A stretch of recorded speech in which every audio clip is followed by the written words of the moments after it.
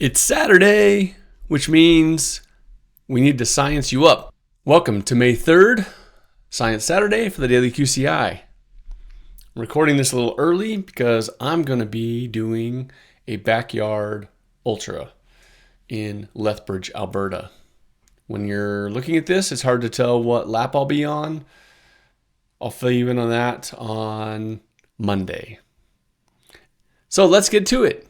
We are going to pull up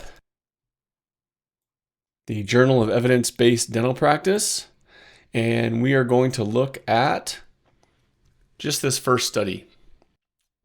Let's collapse this. So first, if you go to Science Direct and pull up the Journal of Evidence-Based Dental Practice, it's got a nice summary of articles, recent articles that are related to dentistry. And so there's quite a few there. They do one a month that they highlight. You can click on the article, pulls you up to highlights about the study, the abstract, and then section snippets. So this particular article is looking at how to heal weak areas of tooth that are susceptible to turning into cavities. We've talked about this a little bit in the past. Initial lesions in the enamel layer of the tooth can be healed or strengthened so that they don't turn into a full-blown cavity, which means it's gone through the enamel, has gotten to the inner part of the tooth, the dentin layer. It's a little bit softer area of tooth that is not healable from products like this.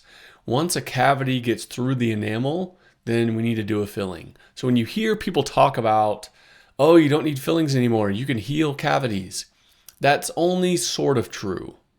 Make sure you really listen and look at what they're talking about. Anyway, this particular one is comparing a few products that are meant to be used on those weakened areas of tooth to try to strengthen them. In particular, it's a bit newer product from a specific company, Curodont, and they're comparing it to MI varnish, which is a calcium phosphate varnish, and Duraphat, which is a fluoride varnish. This is a randomized controlled trial. So they found people with white spot lesions. They tested it with a little laser cavity detector thing called a Diagnodent, and they got some readings, and then they applied these different products as directed by the manufacturer, and then they measured the difference, both aesthetically, does that white area, that chalky white area change, so look better, and how does it do with the laser cavity detector? Ultimately, how does that affect cavity risk? And it worked. This new product did have superior remineralization and aesthetic improvement compared to the other two products. Statistically significant for this particular study. So then what we want to do is think, okay, why? Because the Curodont,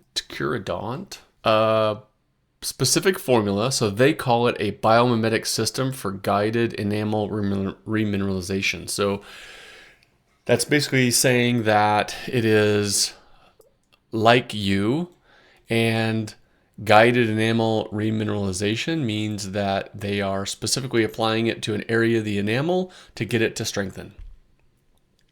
If we go down here and look at their ingredient list, we can see that it has sodium fluoride, which we would expect in something like this, water, chlorhexidine digluconate, and some other things. I don't know what they are.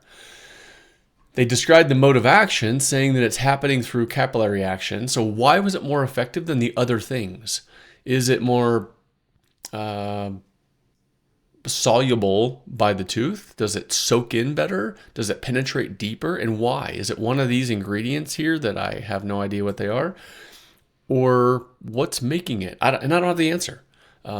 It's interesting that it does better, and they must have figured out a way for this material to penetrate deeper to offer a better impact. And something worth asking your dentist about if you have areas of that white chalky tooth structure that might need strengthening. All right. Have a great day.